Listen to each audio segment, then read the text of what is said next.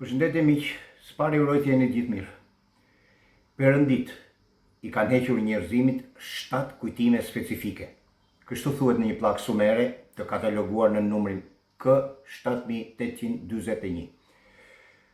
Pllaka ishte depozituar në Muzeun Britanik dhe u zhduk nga koleksionet e aksesueshme para që kishin mundësi hyrje diku në vitet 1920. Ajo që mbeti ishin shënime të fragmentuara nga 4 përkthyes të ndryshëm dhe pyetjet që ata I lënë të hapura deri më sot. Por, si nisi kjo histori? Historia e K7841, pra ose 7841 fillon me Austin Henry Layard, që ishte një avokat në Londër. Në vitin 1845, I shoqëruar dhe nga një përkthyes, ai filloi të gërmonte në një kodër të quajtur Cuju ngjik në veri të Irakut, nuk e di tash mund të theksoj dhe diçka gabim, ma falni. Në ndyshemen e 2 dhomave të pasme të pallatit ku po gërmoi, nën rreth 70 cm argjil të copëzuar, të bërë pluhur, u gjetën mira pllaka argjile të djegura. Kemi thënë në video tjera që janë rreth 30.000 pllaka argjile të gjetura aty. Më vonë, po ai ka zbuluar fronin e Senakeribit, është një imperator I fuqishëm asir, I cili përmendet disa herë dhe në Bibël, siç ndodh shpesh me përsëritjen në Bibël të fragmenteve apo të ngjarjeve apo të emrave që përmenden 3-4.000 vjet përpara në pllakat sumere.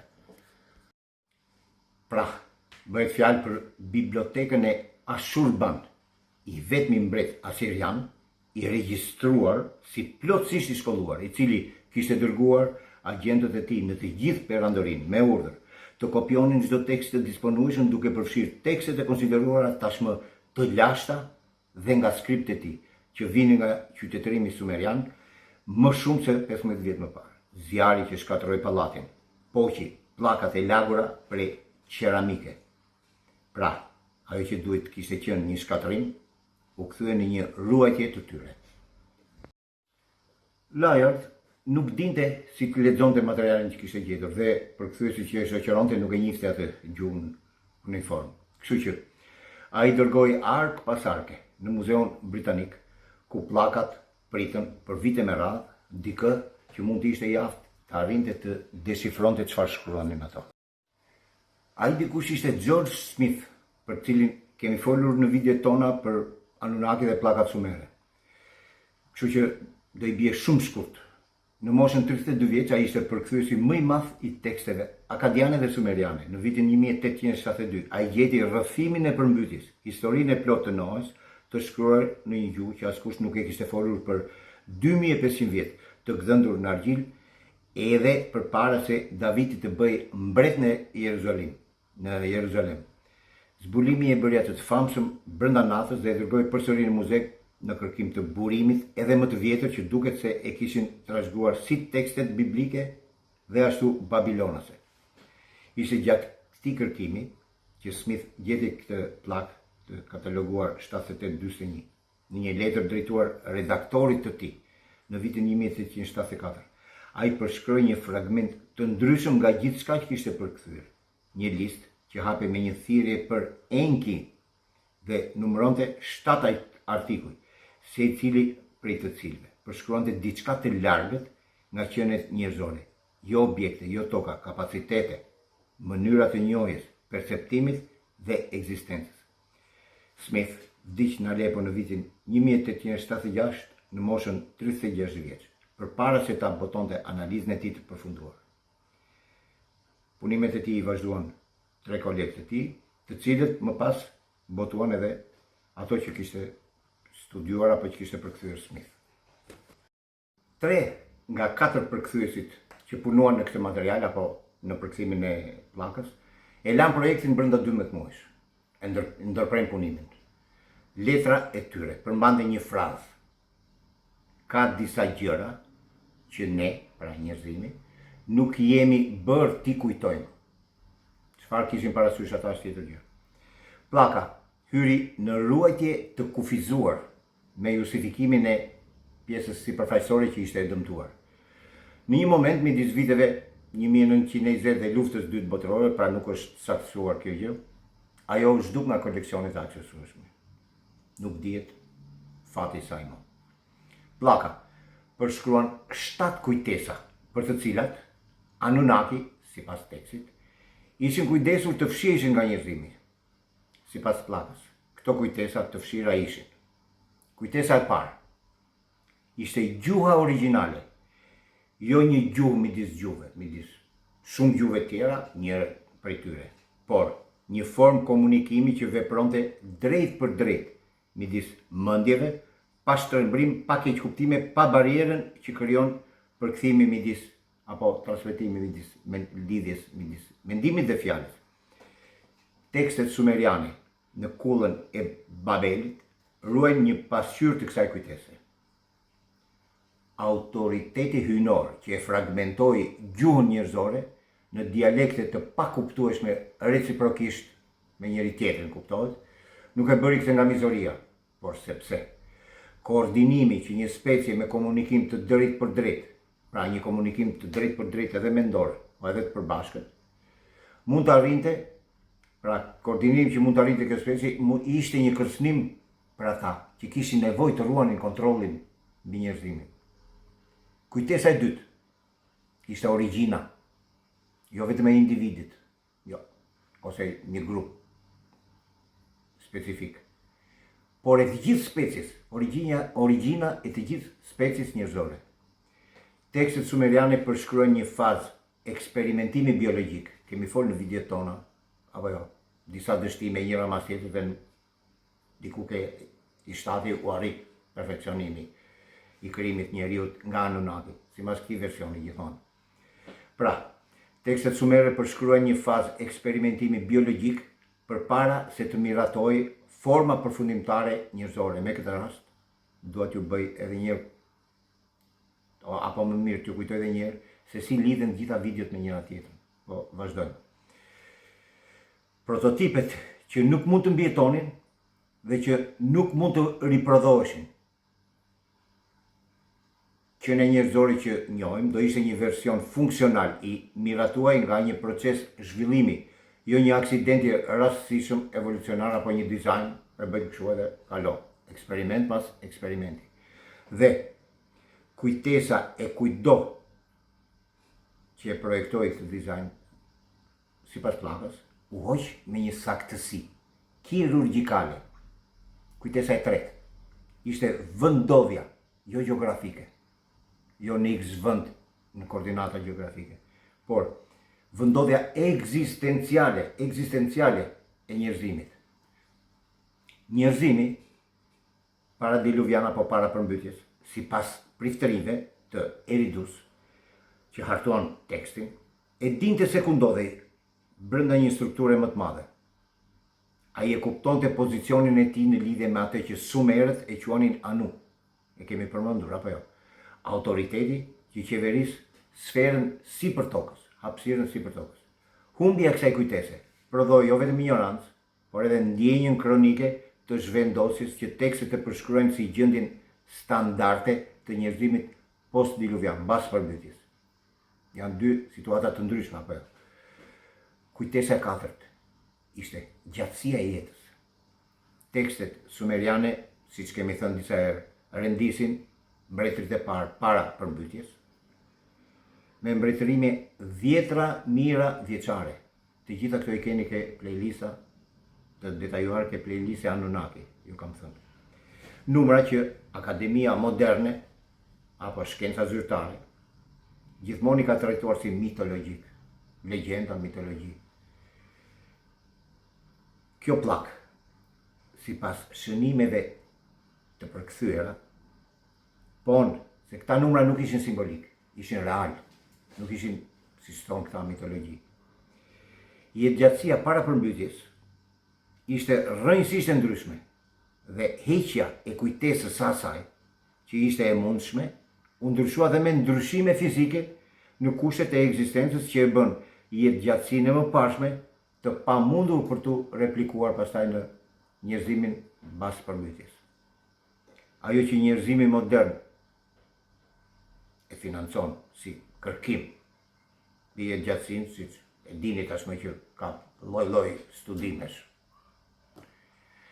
Do t'ishte në leximin e pllakës përpjekja, sipas pllakës pra, për të rikuperuar diçka që është hequr qëllimisht. Pra, nuk është se po nëse arrin diçka, nuk është se shpikin diçka. Jo. Arrin diçka nga ajo që është hequr, nga kujtesa që është hequr qëllimisht. Kujtesa e 5 ishte qasja e drejt për drejt në atë që sumerët e quanin unë. Unë janë kuptimin e egos. Prerogativat operative që qeverisin çdo fushë të ekzistencës. Kujtesa se si të qasesh në këto fusha drejt për drejt, pa ndërmjetës. U hoq dhe u zvendosua nga struktura ndërmjetëse, prishtëri, hierarki, institucione që pretendojnë të jenë kanali i nevojshëm, hallka e nevojshme, e domosdoshme sipas tyre, për të lidhur njerëzimin me hyjnoren, ndryshe pa ata nuk arrihet asgjë. Heqja e kësaj kujtese jo vetëm që i bëri njerëzit të varur nga ndërmjetësit, pra nga këta, që në disa video unë i kam quajtur si sekser, por e bëri të pamundur që shumica të imagjinonin edhe qasjen e drejt për drejt. Pra, nuk ekziston më në koncept, në mendim të askujt, ose të pjesës dërmuese, që mund të jetë mundësia, apo mund të ketë ekzistuar dikur mundësia e lidhjes së drejt për drejt të hyjnores me njerëzimin. Nëpërmjet asaj shkëndisë hyjnore që kemi thënë disa herë që ekziston tek secili prej nesh. Kujtesa e 6 ishte natyra e vdekjes, jo si një fund. Erdhi vdekja merr fund diçka. Jo, një tranzicion. Kjo gjë duhesh transmetuar. Priftërinjtë e Ridus e përshkruajnë një njerëzim para përmbytjes, që e kuptonte procesin e ekzistencës përtej trupit fizik. Kemi folur apo jo? Trupi fizik, shpirti. Në të njëjtën mënyrë që ne kuptojmë tashmë, e banalizojmë ndrimin e rrobave, ndroj rrobat. Heq këto rroba vesh tjetër. Kështu e konceptonin, kështu e dinin, kështu e përjetonin dhe ata. Procesin shpirt, trup fizik. Heqja e kësaj kujtese, jo vetëm që krijoi frikën nga vdekja, njerëzit kanë frikë nga vdekja tash, por krijoi edhe mundësinë që nëpërmjet kësaj frike të kontrollohet njerëzimi. Duke pasur frikë nga diçka, kanë më të lehtë të kontrollojnë nëpërmjet frikës që kanë ndaj asaj diçkaje. Një popullsi që beson se gjithçka mbaron me trupin fizik, pra jeta merr fund aty, është një popullsi pafundësisht e lehtë për t'u menaxhuar. Kujtesa e 7 ishte e ndryshme nga këto 6 që thamë. 6 parat ishin kujtime se si ishin gjërat përpara, tek njerëzimi para diluvian apo para përmbytjes. E 7-a ishte ndryshe. Ishte një udhëzim, ishte një hartë. Sipas shënimeve të George Smith dhe përkthyesve që vazhduan punën e tij mbas vdekjes së tij, siç ta mbaj vit 36 vjeç. K7841 nuk mbaronte thjesht duke renditur atë që ishte hequr, por mbaronte duke përshkruar priftërinjtë e Ridus, të cilët e gdhëndën këtë pllakë. Besonin se fshirjet, sado që të ishin të efektshme, nuk ishin plotësisht përdorura, të më falni të përsosur, nuk ishin prapë mund të linin hapësirë për diçka, sepse fragmentet mbeteshin në çdo qenie njerëzore në nivelin e vetdijes së zakonshme dhe se këto fragmente në kushtet e duara mund të fillonin të dilnin pastaj. Pllaka ishte gdhëndur në argjil dhe ishte shpërndarë në vende të shumta. Pikërisht sepse priftërinjtë dinin se asnjë vendi të vetëm nuk mund t'i besojë për të ruajtur atë që po regjistrojnë. Pra si të thuash, përgatitën disa kopje të tilla të vendosura në vende të ndryshme. Ata shkruan në kuneiform, siç kemi thënë, duke shpresuar se dikush në të ardhmen do të ishte në gjendje ta lexonte atë, ta kuptonte atë, pra ta përkthente. Ata lanë një indeks. Udhëzimet e plota deklaronin se mund të rindërtoj nga kushdo që ishte mjaftueshëm i motivuar për të bërë punën. K7841 u zhduk si shtam nga koleksionit e aksesueshme të Muzeut Britanik. Janë bërë 3 kërkesa për akses në plakë dhe janë refuzuar këto midis viteve 2019 dhe 2024, pra bëhet fjalë për vitet vonshme, jo vitet e hershme. Nuk ka asnjë fotografi në asnjë bazë të dhënash publike në sitet zyrtare, në absolutisht nuk ekziston gjë. Modeli rreth kësaj pllake dhe materialeve të ngjashme nuk është shpërqendrim i zakonshëm institucional. I ka shpëtuar nga pakujdesia apo jo. Është shumë konsistent për të qenë thjesht aksidental. Prifterin e eri duke shkruan në argjil, sepse dini që argjila mbijeton. Ata i shpërndan plakat në vende ndryshme, sepse asnjë vendodhje të vetme sistem nuk mund t'i besojë. Dhe ata futën në kujtesën e shtatë deklaratën se fshirjet nuk ishin kur të plota. Kjo është shumë e rëndësishme. Se fragmentet mbeten në çdo qenie njerëzore duke pritur që të shfaqen në kushtet e duhura. Çfarë ndjeni kur dëgjoni se ka kategori të njohurive që mbahen sistematikisht jashtë qarkullimit dhe se ndjenja se diçka mungon nga versioni zyrtar i historisë mund të jetë pikërisht një nga këto fragmente që përpiqen të shfaqen? Dyshojnë për diçka, nuk besojnë diçka. Mos vallë vjen nga kjo vetdia e brendshme e mbeturin e këtyre fragmenteve që thamë që ata e kanë parashikuar që herë mas here në kushtet e duhura mund të shfaqen. Tregonin komentet e tuaja mendimin tuaj. Mendoj që është interesante që shfaqim mendimin të bisedojmë. Lini një pëlqim nëse ju pëlqeu, natyrisht, dhe abononi në kanal në rast se keni dëshirë. Jo vetëm që të merrni akses në video të veçanta që janë të rezervuar për abonentët, por, siç e kam theksuar, ndihmoni shumë në rritjen e këtij kanali. Por është gjithmonë mbi baza vullnetare, jo si u shpreh dikush. Doni të rrepni popullin. Diku ku hyn vullnetarisht dhe mund dalësh po vullnetarisht në çdo kohë. Diku ku videot vazhdojnë të jenë falas dhe nuk të detyron askush që të detyro o abonohu që të shikosh o hiç.